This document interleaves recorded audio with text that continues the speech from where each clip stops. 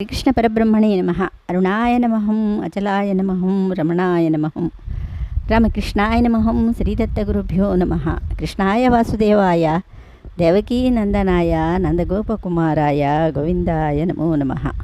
మన నారాయణీయంలోని 46వ దశకం విశ్వరూప సందర్శనం. దానికి ముందు మనం ఒక భాగవత శ్లోకం చెప్పుకుందాం. మీరందరూ చాగంటిగా వారి భాగవతాన్ని చూసే ఉంటారు. ఆయన ఈ శ్లోకాన్ని ఇంకా బాగా చెప్పగలరు. కూలిన చోట, కొట్టబడి కుందిన చోట, మహాజ్వరాదులన్బ్రేలిన చోట, సర్పముఖ పీడల నందిన చోట, నార్తులై తూలిన చోట, విష్ణు భవదూరుని బేర్కొని రేని మీద నక్కాలుని యాతన వితతిగానరు పూనరు దుఃఖభావముల్. శ్రీకృష్ణ పరబ్రహ్మణే నమః. ఇది మీరు బైహార్ట్ చేసుకోవచ్చు అనమాట. కూలిన చోట, గొట్టుబడి కుందిన చోట, మహాజ్వరాదులన్బ్రేలిన చోట, సర్పముఖ పీడల నందిన చోట, ఆర్తులై తూలిన చోట, విష్ణు భవదూరిని పేర్కొని రేని మీద నక్కాలుని యాతన వితతిగానరు పూనరు దుఃఖభావముల్. శ్రీకృష్ణ పరబ్రహ్మణే నమః. అయి దేవపురా కిల త్వయి స్వయముత్తానసయే స్తనందయే, పరిజృంభణతో వ్యపావృతే వదనే విశ్యమచష్టవల్లవి అన్నారు. అంటే దేవా, ఒకసారి నీ తల్లి యశోదాదేవి ఒడిలో పడుకుని పాలు త్రాగుతూ ఒక్కసారిగా ఆవులించావు, నీ నోరు తెరిచావు. ఆ సమయంలో యశోదాదేవి నీ నోటిలో సకల విశ్వాన్ని దర్శించింది.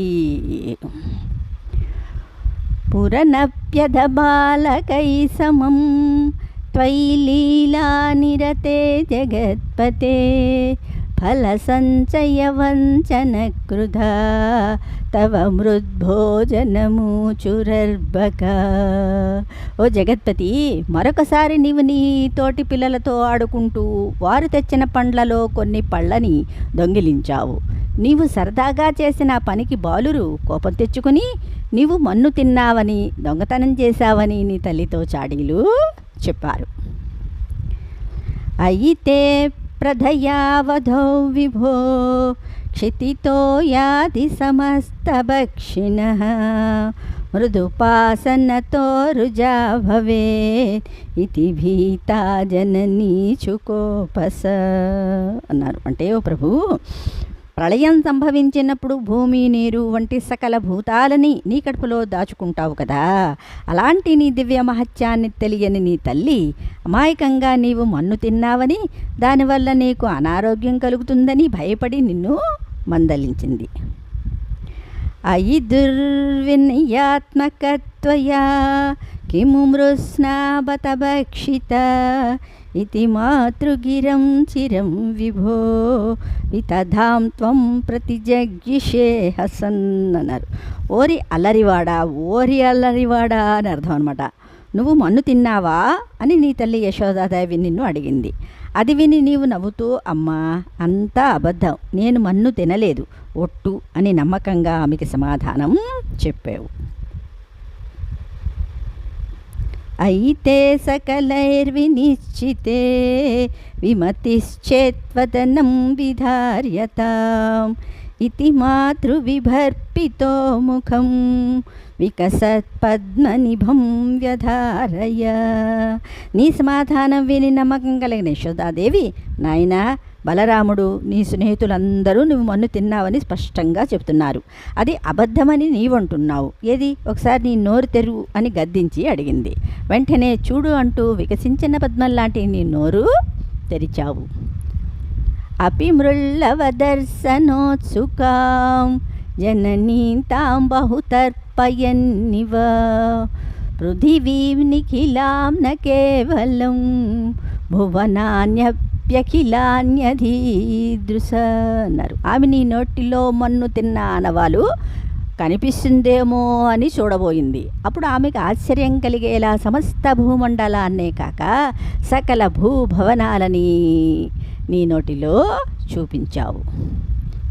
కుహచిత్వనమంబుధి క్వచిత్ క్వచిదభ్రం కుహచిద్రసాతలం మనుజాదనుజా క్వచిత్ సురా దదృశే కిం న తథా త్వదాననే.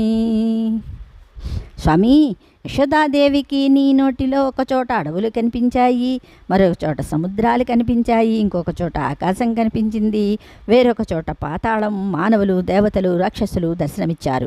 ఇలా నీ నోటిలో కనిపించనిదంటూ ఏదీ లేదు.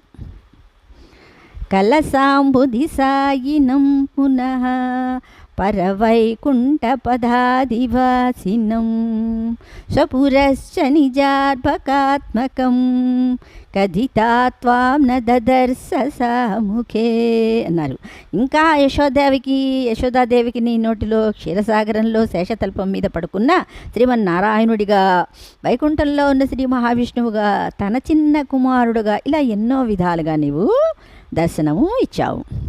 వికసద్భువనే ముఖోదరే నన్ను భూయోపి తథా విధానన అనయా స్ఫుటమీక్షితో భవాన్ అనవస్థాం జగతాం బతాతనోత్.